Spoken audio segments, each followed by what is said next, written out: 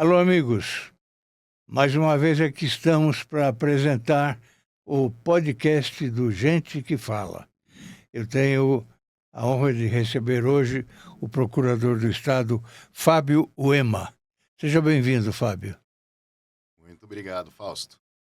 Vamos conversar um pouquinho sobre a sua área. Você é doutor em Direito, Correto? professor, Isso mesmo. coordenador da especialização em Direito e Economia da Escola Superior da Procuradoria-Geral do Estado de São Paulo. Também. Ex-coordenador-geral da Escola Superior da Procuradoria do Estado de São Paulo. Correto. É isso? Correto. Você é de São Paulo? Sou de São Paulo, capital. Que bairro nasceu? Eu nasci na Vila Santa Catarina, depois mudei para o Paraíso e lá estou desde os meus 4 anos de idade. Infância foi lá, então. Infância foi lá. Vida toda praticamente no mesmo bairro, né? E como é que foi essa infância? Foi excelente. É. Excelente, né? Próximo da Avenida Paulista, Parque do Ibirapuera, foi excelente. Um pouquinho diferente da infância de... Muita gente. Não é? Isso mesmo. Você é casado ou não? Sou casado desde 2012. Tem filhos? Tenho uma menina. Olha aí, A família aí. a família está aí. Família, por enquanto, continua sendo tudo, né? É o mais importante, né? É mais importante pra gente. Tudo que a gente faz é por quê e para quem, né? Exatamente. Sem a família você não tem Exato, isso mesmo, Fausto. muita vontade de fazer nada, né? A sua trajetória, Fábio, por que você escolheu o direito? No início, eu pensava em ser piloto da Força Aérea Brasileira. Comecei Beleza. muito cedo prestando concurso. Meu primeiro concurso foi com 15 anos de idade. No século passado, inclusive. Sim, A gente vai entregando um pouco da idade. E eu gostava muito dessa área militar, de aviação, essas coisas. Né? Meus pais, os dois eram concursados. Né? Meu pai fez o concurso do Banespa, né? O antigo Banco do Estado de São Paulo, hoje não existe mais. Minha mãe era professora concursada da Prefeitura e do Estado, depois ela seguiu só na Prefeitura, foi coordenadora, Sim. diretora de escola.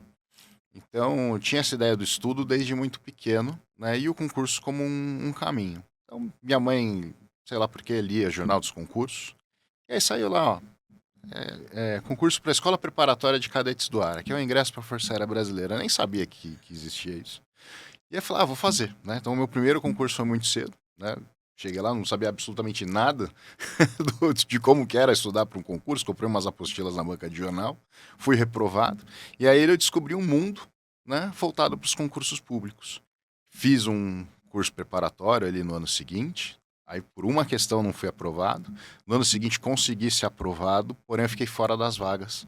Né? A minha nota não foi suficiente para ingressar ali na Força Aérea. E aí nesse ano eu já estava mais tendente para o direito, já tinha uma irmã que era advogada, tinha um tio que era delegado de Polícia Federal aposentado, já estava advogando também, então a área do direito já começava a me trazer mais do que a área da carreira militar. Sim. Aí nesse ano, por uma feliz, né, reprovação, eu fui reprovado, fui aprovado, porém não fui chamado na Força Aérea, e fui reprovado em todos os grandes vestibulares de São Paulo.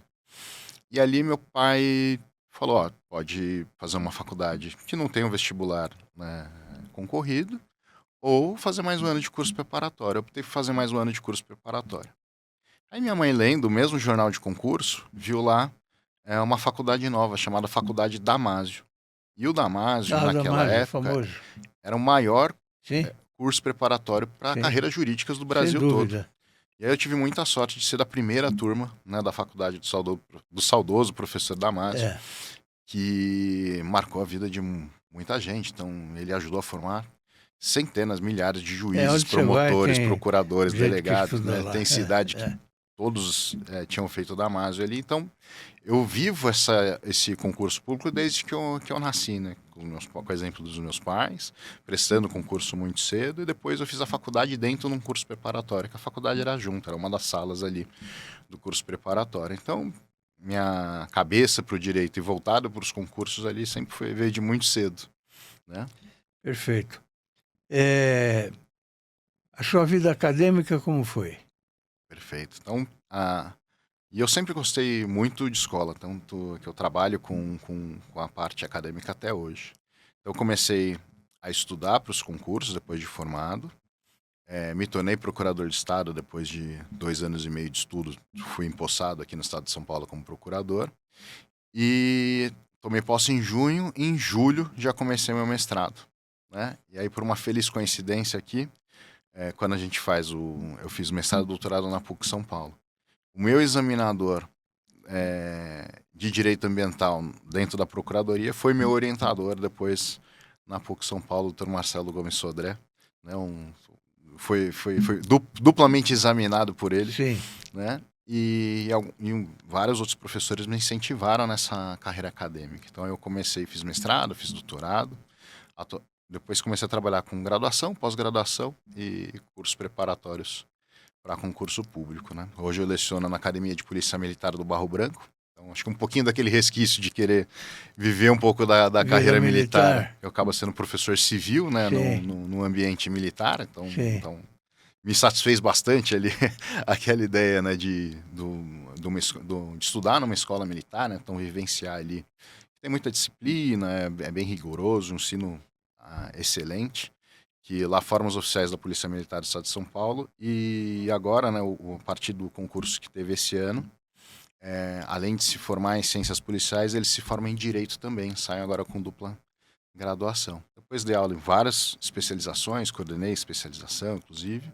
Dei aula em vários cursos preparatórios. Hoje também sou mentor, né, de candidatos que queiram ingressar em concursos públicos. Então, minha carreira acadêmica acabou sendo um paralelo muito interessante, junto com a minha trajetória na Procuradoria. Porque assim que eu fui aprovado, um dos meus professores já me chamou para ser professor junto com ele, como professor substituto, professor assistente. Então, o estudo veio muito rápido ali, a parte da carreira acadêmica também. Eu, na área militar, eu não sei se você conheceu alguém da família Nacarrarada. Porque Conheço, eram sim. vários Sim, militares, né? Sim. Oficiais da polícia. Oficiais, né? tem coronéis, hoje alguns advogados são bem famosos mesmo. Tinha um que sobressaiu, mas infelizmente já não está mais entre nós, né? Sim. Vamos explicar direitinho para o espectador, Fábio, o que faz o procurador de Estado. Perfeito. Porque quando a gente fala em procurador, né, as pessoas até confundem um pouco, porque tem várias carreiras com o mesmo nome de procurador. Então a gente vai ter o procurador do município, o procurador do estado, o procurador federal, o procurador da república, o procurador de justiça. Então, para quem faz direito já é confuso, imagina para o público em comum. Então vamos explicar um pouquinho de todas as carreiras. Sim. Né? Então vamos dividir aqui o Ministério Público e a Advocacia Pública, que são os que usam o nome procurador. Então o Ministério Público, né, que foi uma carreira que eu almejava quando eu estava na faculdade e fiz estágio aqui no Ministério Público do Estado de São Paulo, ele vai ter o promotor de justiça no âmbito estadual, e esse promotor de justiça, quando ele é promovido ao seu último cargo, aí se chama procurador de justiça. Ele vai trabalhar essencialmente junto ao Tribunal de Justiça ali, como membro do Ministério Público. Qual que são as grandes funções do Ministério Público? A principal, que todo mundo mais conhece, é a função, a atuação criminal. Ele atua ali nas ações criminais. Então ele vai vai fazer uma denúncia, essencialmente. Alguém que cometeu um homicídio, um roubo, um furto, ele vai ser a acusação naquele caso. Então, todo mundo conhece o promotor do júri ali, dos filmes, das novelas. Então esse é o papel do Ministério Público. E a gente vai ter também o Ministério Público Federal, que ele vai atuar essencialmente nos crimes federais, né? E na atuação dentro do Ministério Público Federal e do Ministério Público Estadual, eles atuam em conjunto.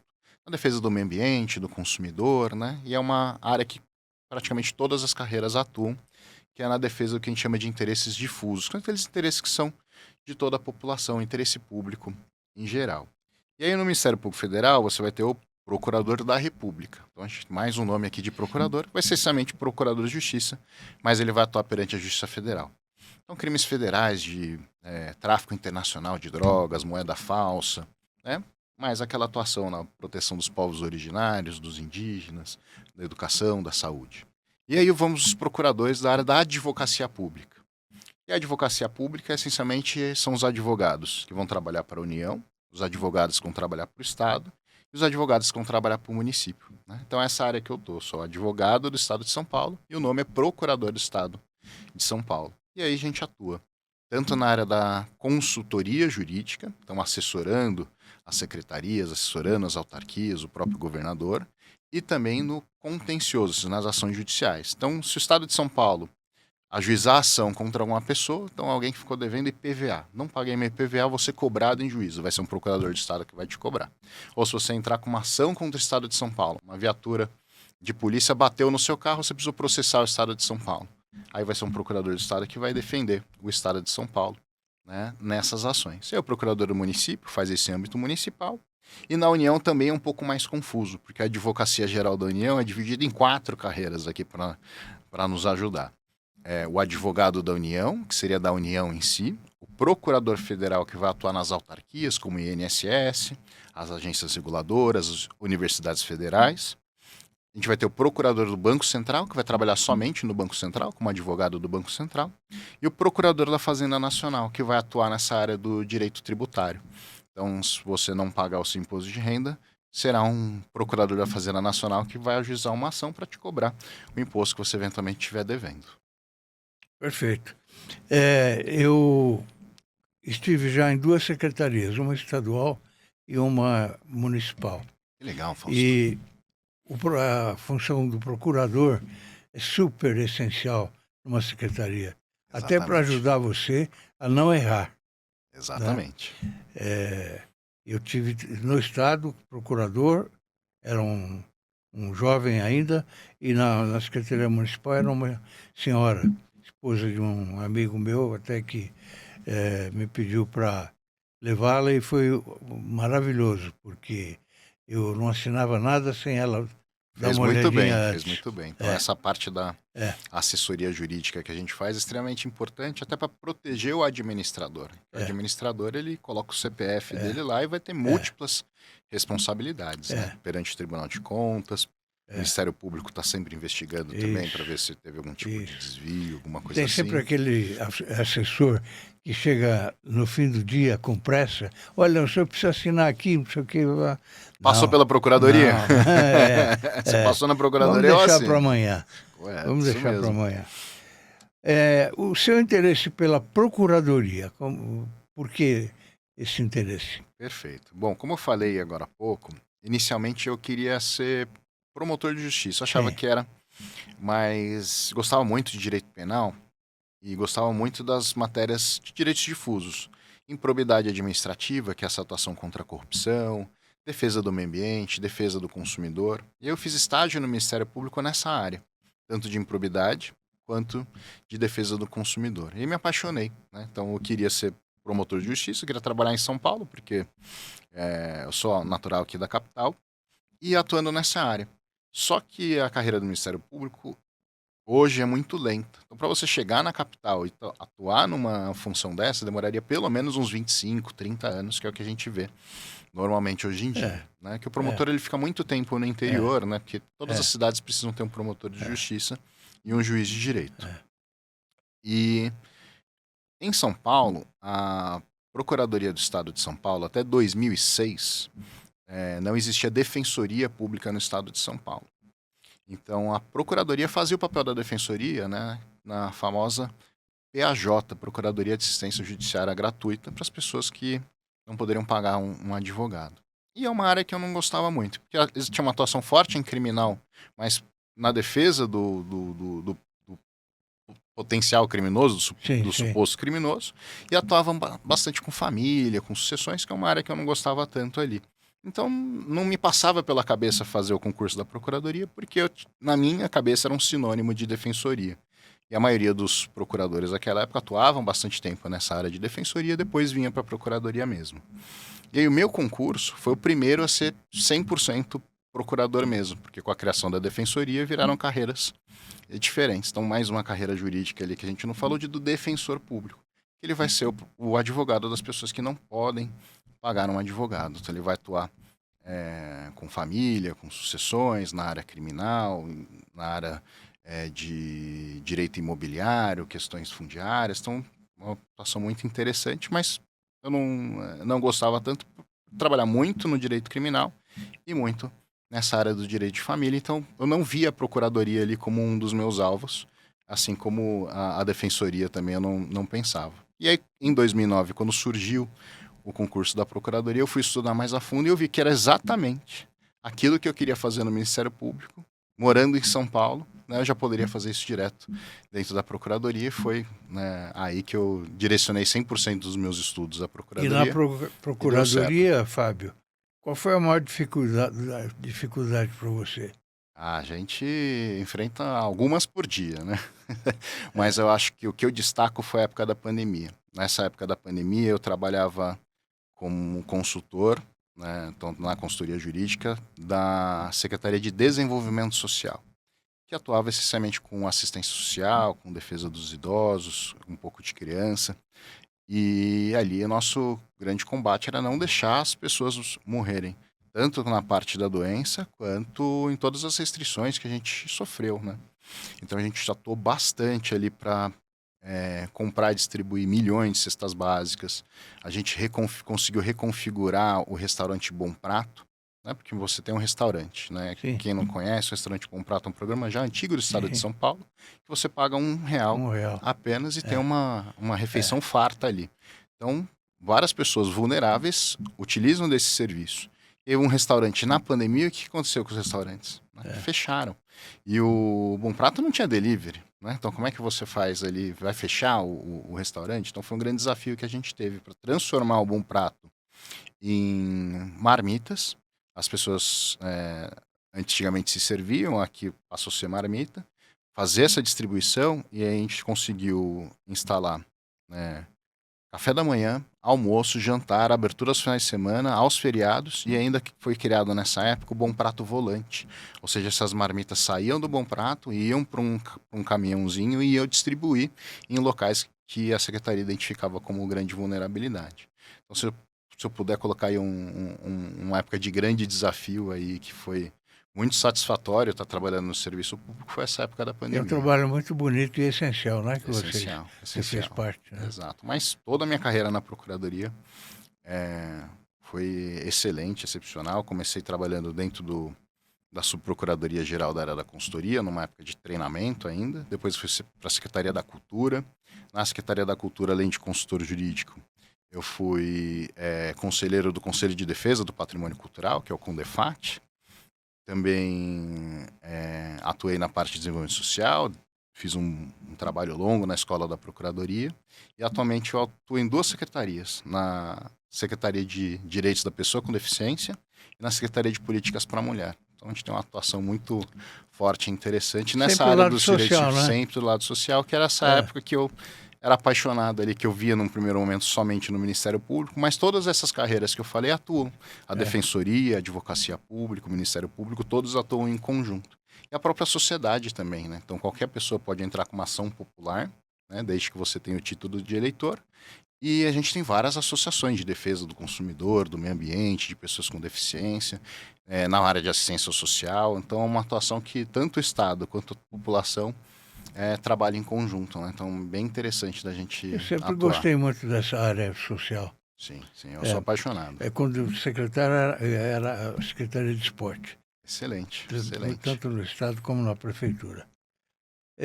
Ô Fábio, a sua mentoria é estruturada em 3 pilares: metodologia de estudo ativo, organização e motivação sustentada. Me Correto, fala um pouquinho correto. sobre isso.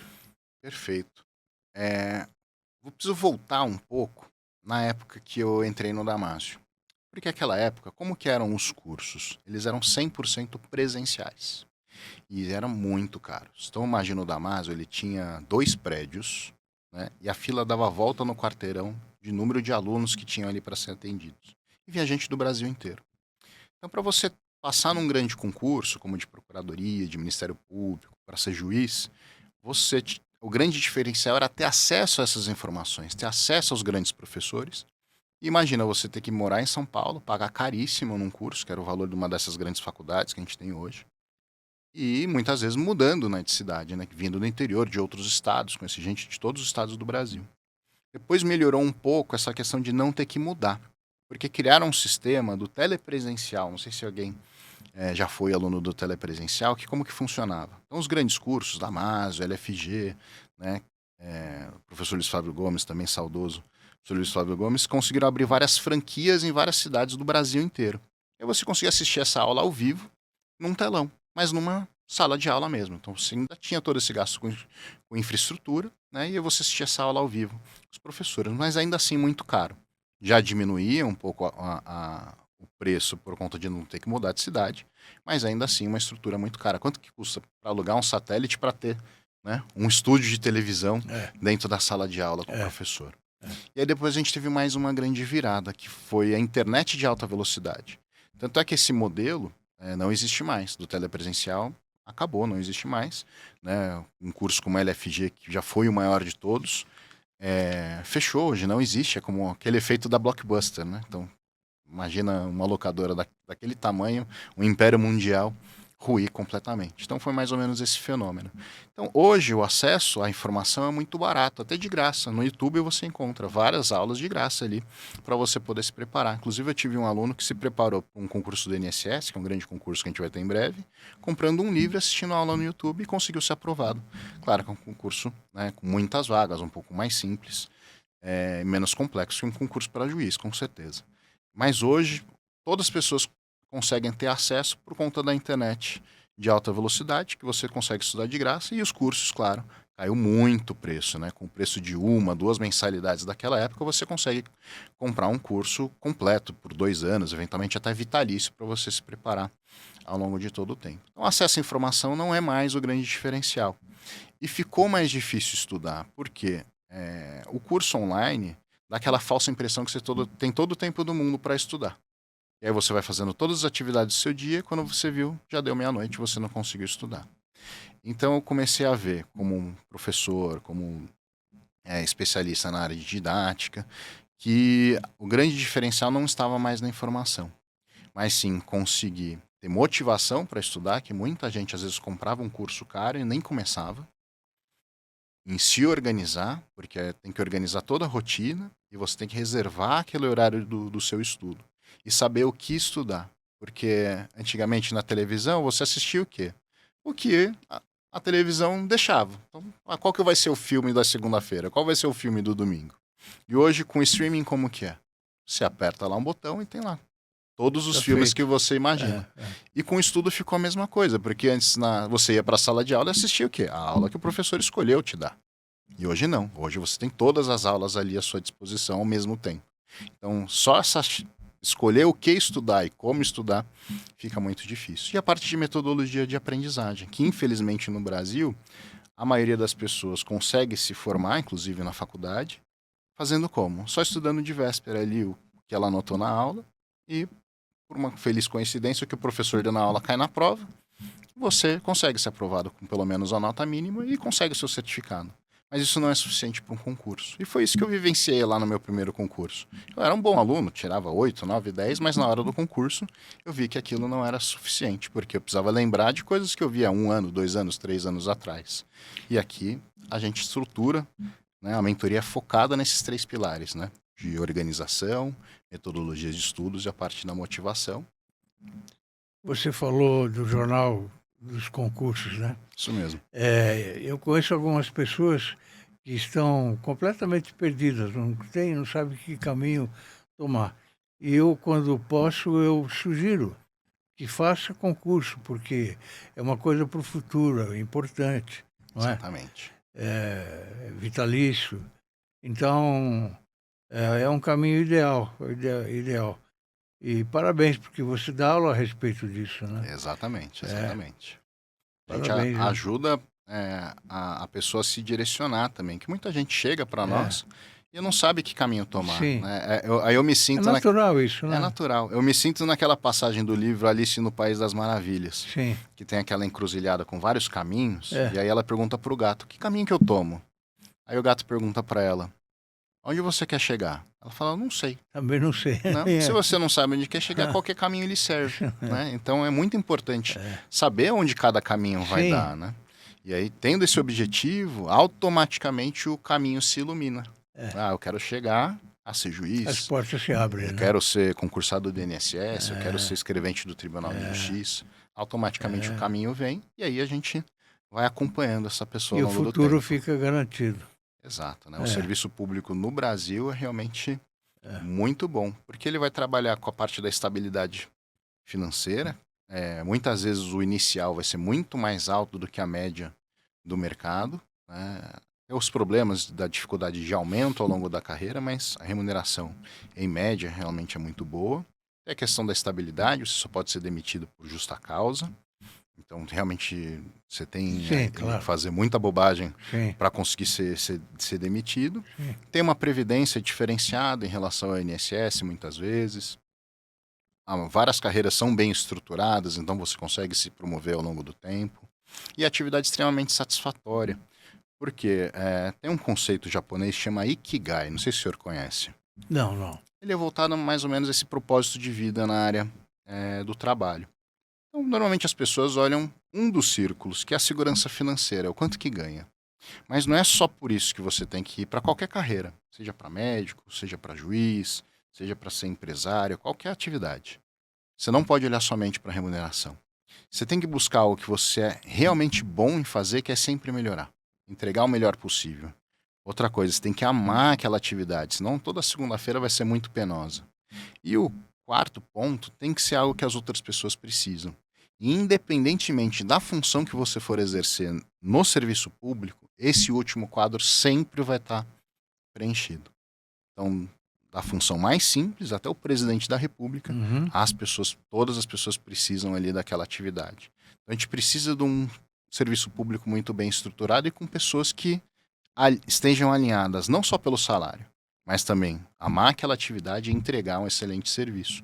Né? Porque quantas vezes, infelizmente, a gente vai num atendimento, tanto no serviço público quanto no privado, e não é bem atendido, as pessoas fazem alguma coisa simplesmente por fazer. Então a gente tem que sempre buscar essas 4 atividades. Remuneração, dentro das suas expectativas, que te dê segurança financeira. Amar aquilo que você faz, entregar muito bem feito, e as pessoas têm que precisar daquela atividade. O segundo pilar é a organização, né? Correto. Qual é o erro mais comum que os alunos cometem? Achar que tem todo o tempo do mundo, porque num clique vai ter ali acesso ali à informação. E aí fica deixando para depois. Então você tem que levar o estudo como um trabalho também. E muitas vezes vai ser o trabalho que mais bem vai lhe remunerar.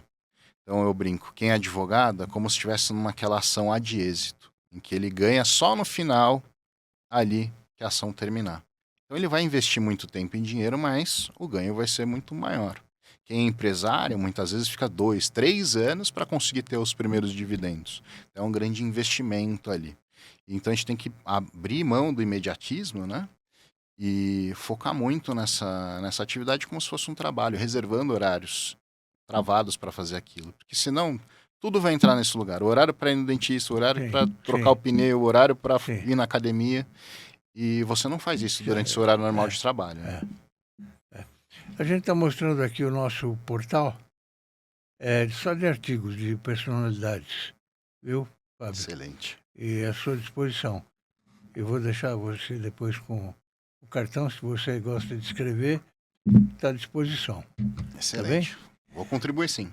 Conheça o Prevente Mais, o plano da Prevent Senior para somar saúde. Com unidades temáticas exclusivas, cada cuidado se transforma em uma experiência única. Uma ampla rede credenciada, sempre perto de você. Remoção aérea que garante segurança em qualquer lugar. É mais confiança, mais qualidade e mais tranquilidade que só o plano pioneiro em cuidado com sêniors pode oferecer. Prevente Mais, porque cuidar bem é entregar mais.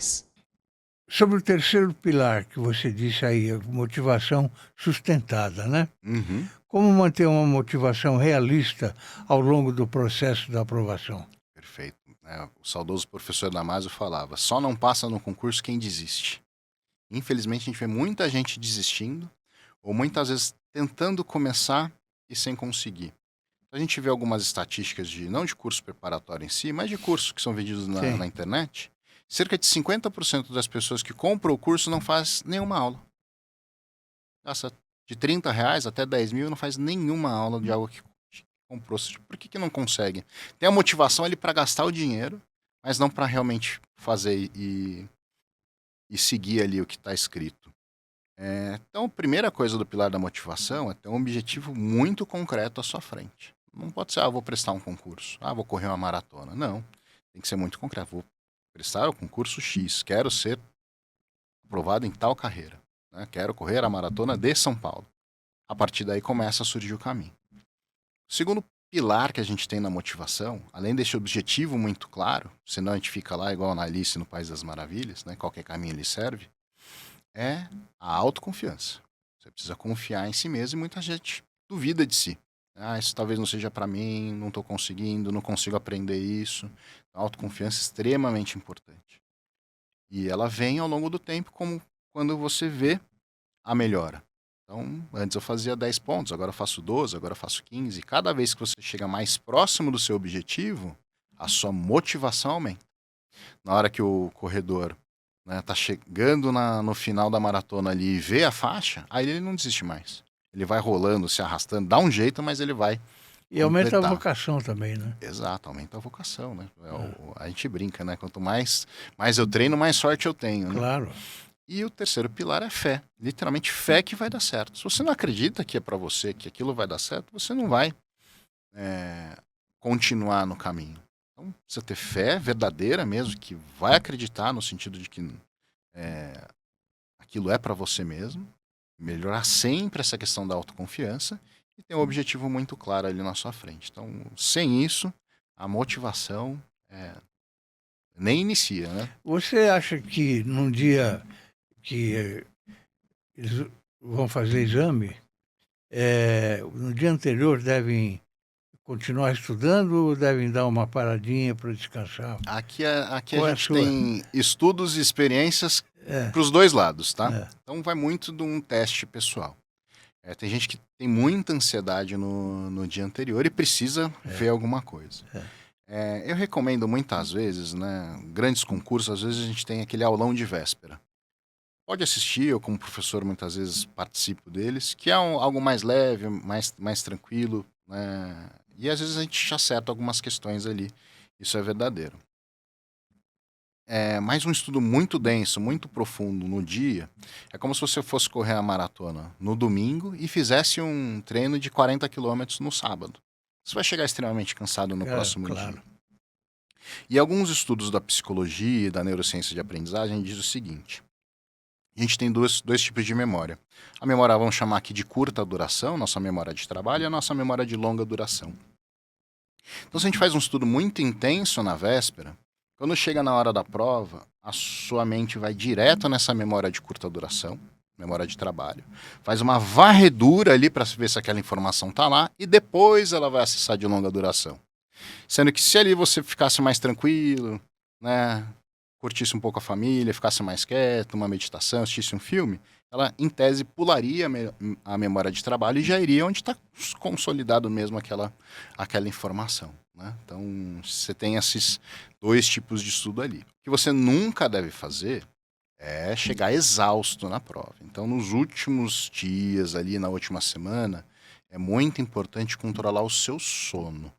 Extremamente importante ter, durante toda a jornada, claro, a recuperação. E a recuperação é o sono. Então, dormir bem é um dos grandes segredos da aprendizagem, né? Então, no mundo ideal, você conseguiria dormir pelo menos aí 8 horas.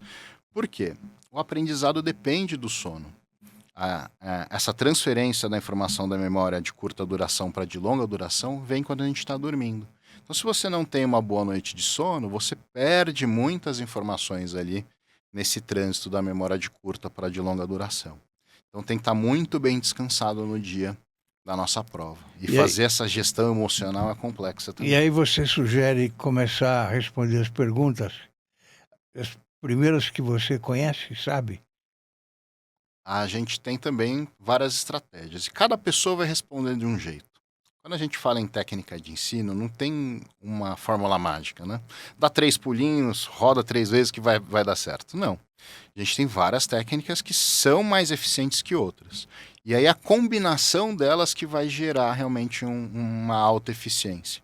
E essa combinação vai ser diferente da minha, vai ser diferente do Fausto, vai ser diferente da Maria. Então, uma das coisas que a gente faz na jornada é descobrir, né, o seu método próprio de estudos. E às vezes pode variar conforme a matéria. mas sempre vai ser um estudo muito ativo. E na hora de resolver a prova, também a gente vai fazendo muitos testes, principalmente em simulados. A gente que prefere realmente fazer a matéria que mais domina, e outras que preferem fazer na ordem por questão de organização.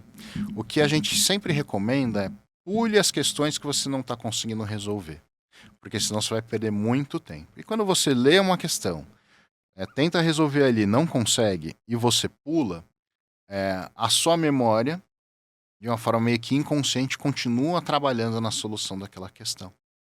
E aí você vai fazendo todo o restante da prova e volta naquelas questões que você teve mais dificuldade. Muitas vezes falando, nossa, como é que eu não vi que a resposta era essa, né?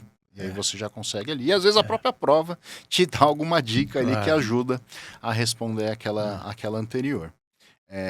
Então, o que a gente recomenda sempre é não fique travado ali naquela questão.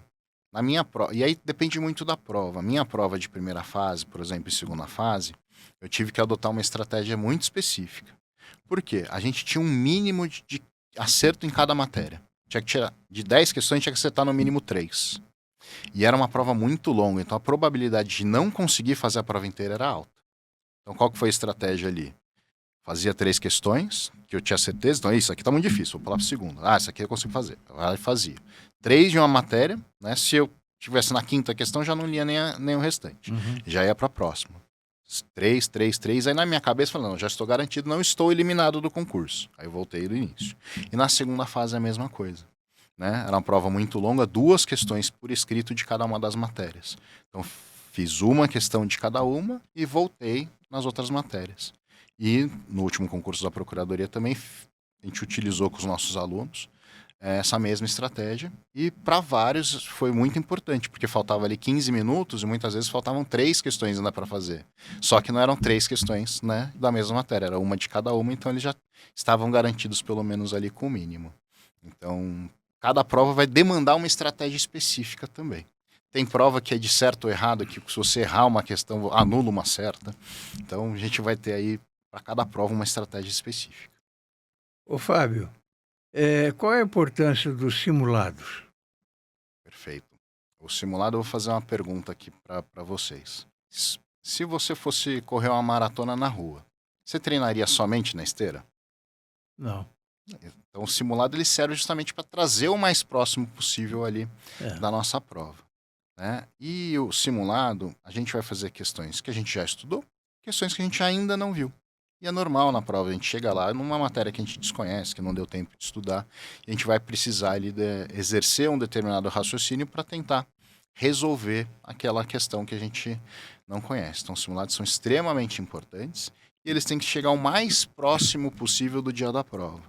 Então, imprima a prova, se a sua prova é de tarde, faça ele de tarde, reserve aquele horário, provavelmente aqui no final de semana, durante a tarde toda ou a manhã inteira, para fazer ali o simulado como se estivesse na prova. Então, muita gente quer fazer o simulado direto na internet, ou faz uma questão e olha a resposta. Não, tem que fazer como se fosse o mais próximo possível da prova. Né? É como tentar aprender natação num curso online. Fica meio difícil se você não tiver uma piscina, não é verdade? Claro. O Fábio, pensando no estudante de direito de hoje, qual é o maior erro que você percebe na transição da faculdade para o mundo dos concursos? Perfeito. Acho que o maior erro é não saber estudar desde o início, né? Porque a gente ficar naquela ideia de que só estudar um pouquinho na véspera é suficiente para a sua vida. E a gente tem que mudar um pouco a consciência, né? Por que eu estou estudando aquele tópico? É para passar na prova? Não, eu vou usar essas informações para ser o meu ofício, o meu trabalho.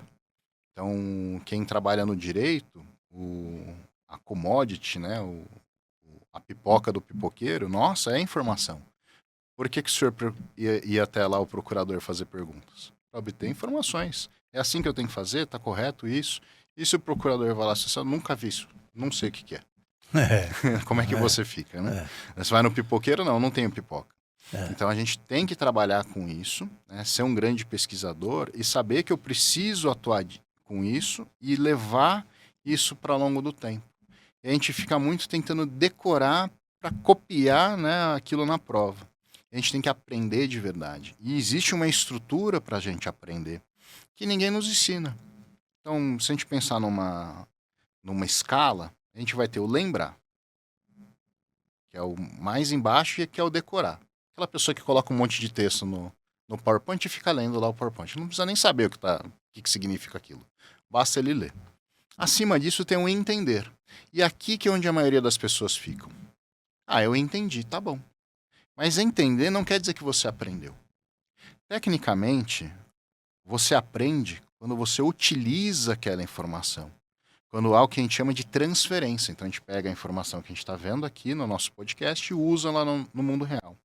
Vou fazer um exemplo aqui com a minha filha. Minha filha vai fazer 10 anos. Se eu explicar para ela, olha filha, existem micro-organismos, são pequenos bichinhos que estão nas nossas mãos. Eventualmente, se a gente consumir algum deles, a gente pode ficar doente. Então uma forma da gente evitar é lavar as mãos antes de comer. Com certeza ela entendeu. Como eu sei que ela aprendeu?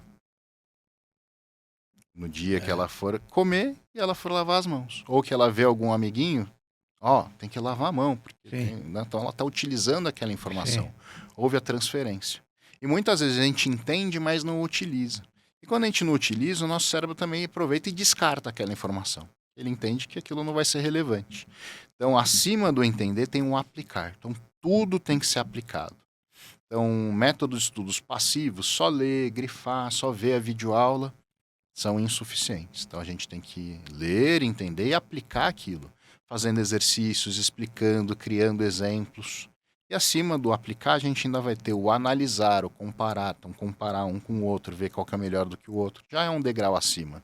E acima do aplicar ainda vem o aprimorar e o criar, né? Tanto é que um doutorado, você precisa criar uma tese, algo que é inédito. Então, tá ali naquele ápice da criação. Então, e as pessoas, muitas vezes, nunca tiveram contato com isso.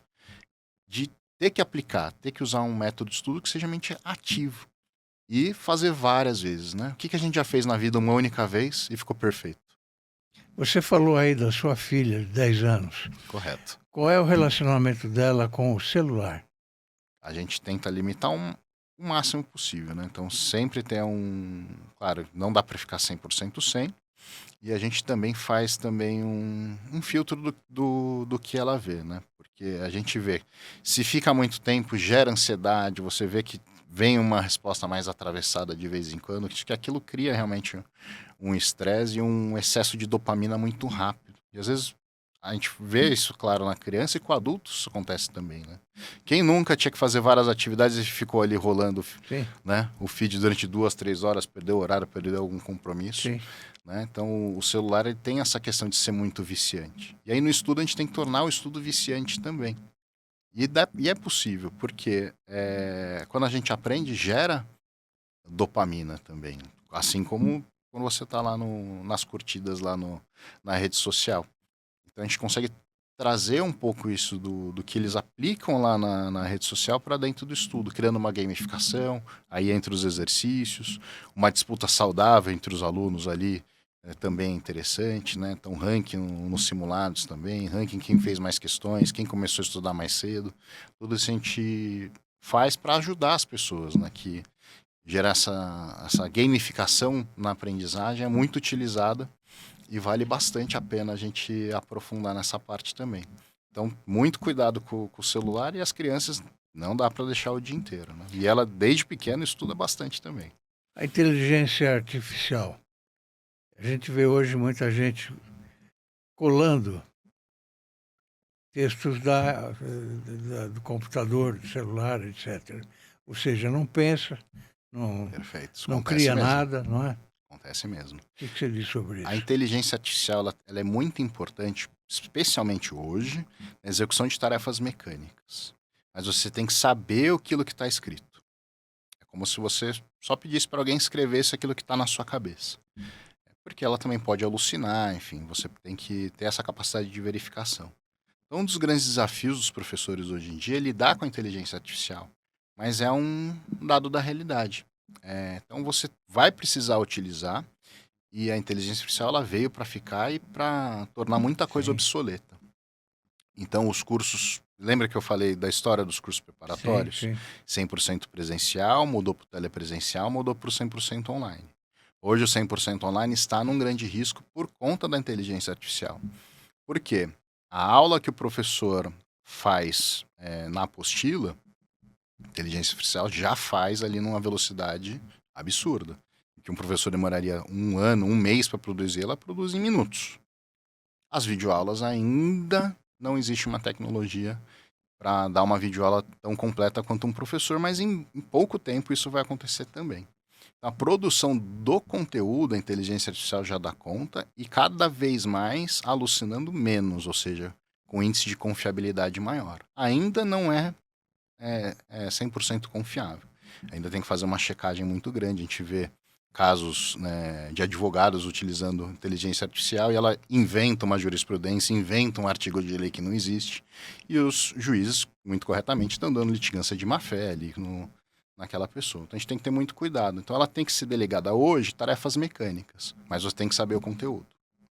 E aí o professor ele tem que saber utilizar essa informação. Que antes que a gente dava um trabalho, escreve lá um texto. Aí ela vai escrever um texto. Então a gente tem que utilizar de outras formas. Então ele pode aplicar, por exemplo, um caso concreto para você resolver. E aí as pessoas vão ter que debater em cima desse caso e usar a inteligência artificial ali para fazer pesquisas, trazer informações, fazer esses testes. Um trabalho que eu gosto de fazer, por exemplo, fazer os alunos darem uma aula gravando um vídeo.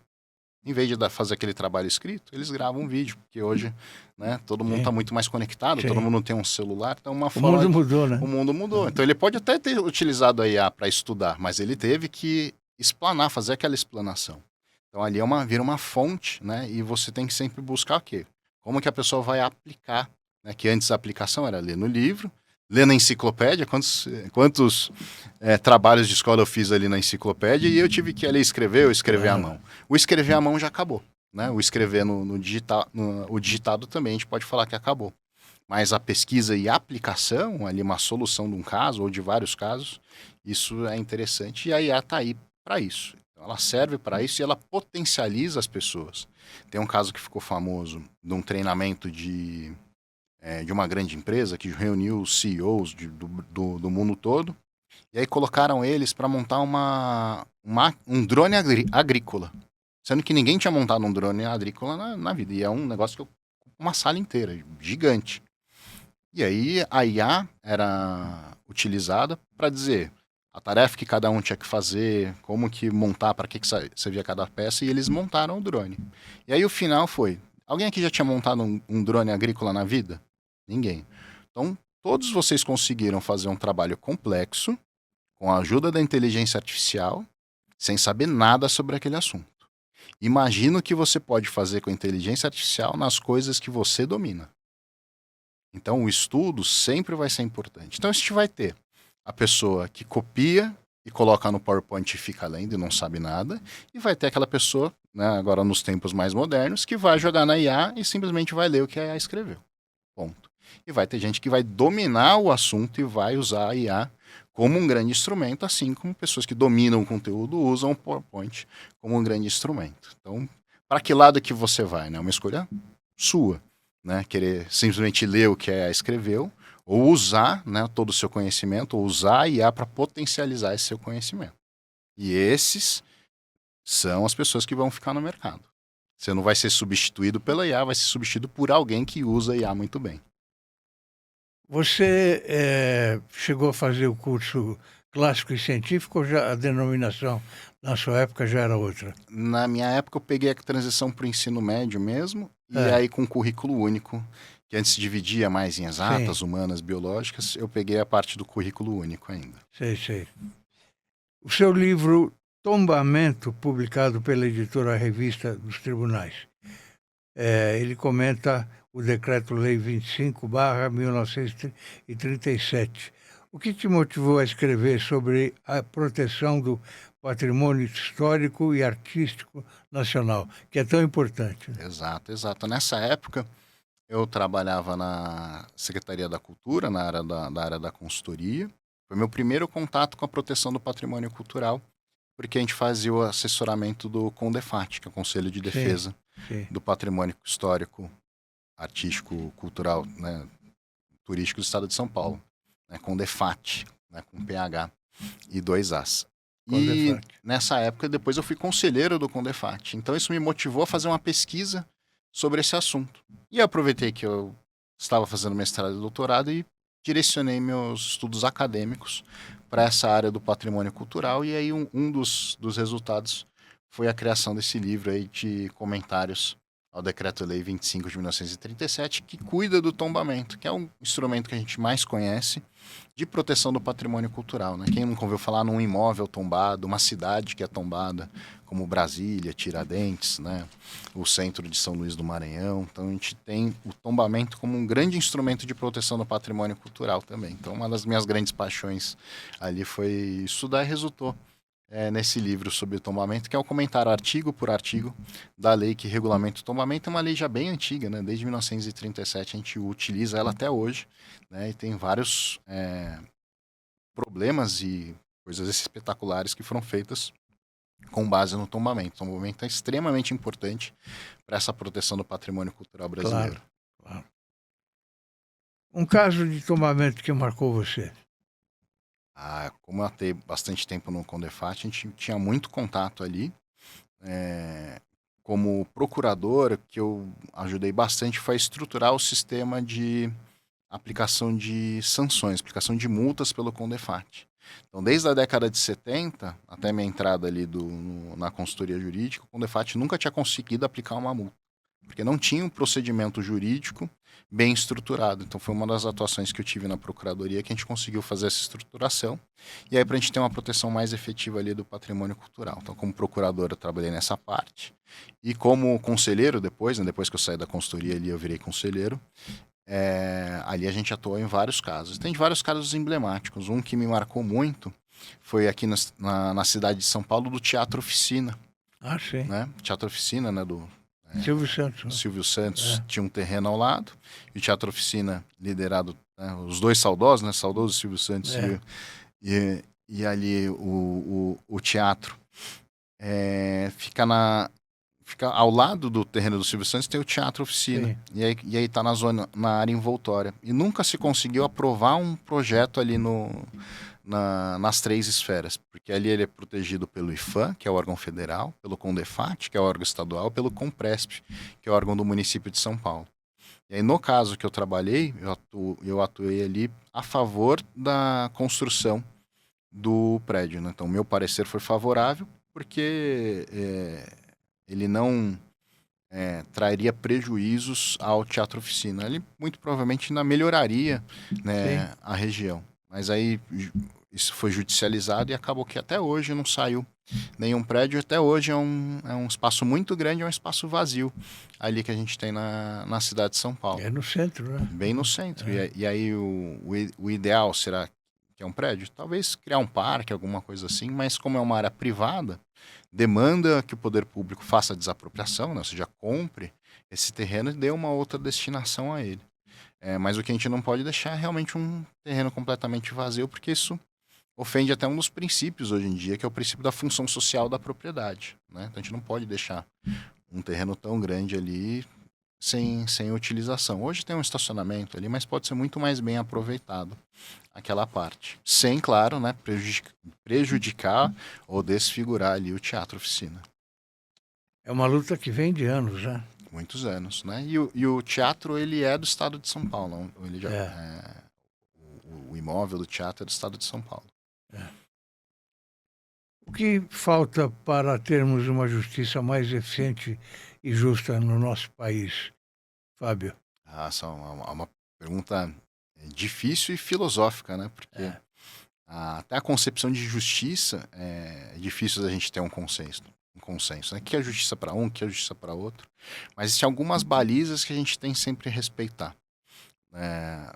Devido ao processo legal, então a gente tem que fazer as coisas e dentro das regras do direito, extremamente importante, com chance de defesa, com chance de para o autor e para o réu, né, poderem trazer as suas soluções. A gente tem que estimular um sistema alternativo, o que a gente chama de sistema multiportas de acesso à justiça. A gente não pode depender 100% do judiciário. Hoje existem várias formas da gente resolver um problema. A gente tem a conciliação, a gente tem a mediação, a gente tem a arbitragem como alternativas aí ao Poder Judiciário, que está extremamente sufocado. A gente precisa ter uma execução mais bem pensada e mais eficiente. Por quê? Não adianta nada ter aquele famoso ganhei, mas não levei. Né? Ganhei, mas e aí? Fui pegar os bens, não tem bens nenhum, não tem nada. A gente tem que ter uma eficiência maior nessa parte da execução. Por quê? Porque as pessoas não vão jogar para o judiciário, pode me processar porque eu sei que você não vai levar nada. Então, realmente isso vai aumentando ali a demanda. Então, um sistema alternativo e eficiente, que a gente chama muitas vezes de sistema adequado, né, de solução, o sistema multiportas, solução de conflitos. E a gente vive o que a gente chama de terceira onda de acesso à justiça. Então, a gente tem uma primeira onda de acesso ao judiciário, uma onda voltada à gratuidade da justiça para que as pessoas que não tinham recursos poderem acessar, e hoje uma justiça que é uma justiça um pouco mais coletiva, ou seja, com uma única ação a gente consegue um aproveitamento para milhares de pessoas ou todas as pessoas atingidas ali por um eventual dano, como um dano ambiental, um dano ao consumidor. Então, um problema lá que a gente tem em um determinado banco, sumiu de R$10 da conta de todos os correntistas. Dificilmente você vai entrar numa ação judicial para pegar esses R$10. Não vai gastar mais com advogado, não faz sentido. Então, uma única ação que beneficia a todos automaticamente. Então, tem que trabalhar bastante nessas ações que a gente chama de ações coletivas. Ter uma execução prudente, sempre seguir bem ali as regras do devido processo legal e utilizar dos outros instrumentos. Então, eu penso que são várias frentes ali, não tem uma solução mágica, essa solução já teria sido dada. E trabalhar um pouco mais dentro da própria sociedade a questão da litigância, né? O respeito ao próximo é muito importante, né? Eu tive a oportunidade de ir para o Japão, por exemplo. Lá a outra pessoa é mais importante que você. Sim. Então, tudo você Eu tive faz... o prazer de conhecer. Exatamente, né? Então, é um lugar maravilhoso. Então, coloca na lista aí para visitar o Japão. Então, as pessoas não usam perfume forte porque pode incomodar. Sim. Não faz barulho porque pode incomodar. Sim. Né? Então, A disciplina. A honestidade. Né? Então, lá eu tive uma passagem interessante que a gente não conseguia se movimentar bem no metrô. A primeira vez que eu fui, não tinha esse negócio de mapa digital, né, que a gente usa hoje no celular. Então, a gente parou numa vendinha ali para perguntar pro senhorzinho lá como é que chegava no metrô. Comunicação difícil também. Ele largou o comércio dele sozinho. Levou a gente lá no metrô, que era longe, então pelo menos uns 15 minutos para ir, mais uns 15 minutos para voltar. Então deixou meia hora dele, a loja dele sem ninguém. Né? Imagina isso no Brasil, é impensável, né? Algumas barraquinhas de fruta, ficavam as frutas, uma cestinha com o dinheiro ali. Então você pegava a fruta, colocava o dinheiro, pegava o seu troco e ia embora. Né? Imagina. Né? Então a gente tem que evoluir enquanto sociedade para chegar até lá. E isso com certeza a litigância vai diminuir bastante, né? E não usar o judiciário também para atacar os outros. Né? Então a gente acaba vendo muito isso de direito de família, por exemplo, usar o judiciário para somente punir a pessoa, sendo que você poderia resolver num bom acordo e teria uma solução muito melhor, né? Porque às vezes o juiz tem uma solução que não resolve nada para ninguém, fica todo mundo insatisfeito. Igual aquela mãe que viu as duas crianças brigando por uma laranja. Eu quero uma laranja, eu também quero a laranja. Aí ela cortou no meio e os dois ficaram insatisfeitos. Por quê? Um precisava da casca para fazer um bolo e o outro queria tomar o suco. Então metade da laranja não resolvia para nenhum dos dois. Então muitas vezes saber, né, chegar num bom acordo é muito melhor do que litigar judicialmente. E o Estado tem que fazer a parte dele, né? Então ser um maior litigante também. Tem alguma coisa errada para todo mundo querer processar o Estado por várias coisas. O Estado aqui em geral, tá? União, INSS, né? Municípios, todas as prefeituras, né? Então a gente não pode ser o maior litigante que parece, né? Que a gente não está entregando o que deveria entregar. Chegamos ao final. Muito prazeroso. Eu agradeço muito a sua presença. Espero que tenha gostado. Foi excelente. As portas vão continuar abertas para você. E quando quiser escrever para o portal... Vai ser um prazer. E sem usar inteligência artificial. Sem colar. Sem colar, né? Combinado. Um abraço, viu? Um grande abraço. Ao amigo espectador, fica aqui o meu muito obrigado pela atenção. Até a próxima, se Deus quiser. Tchau, tchau.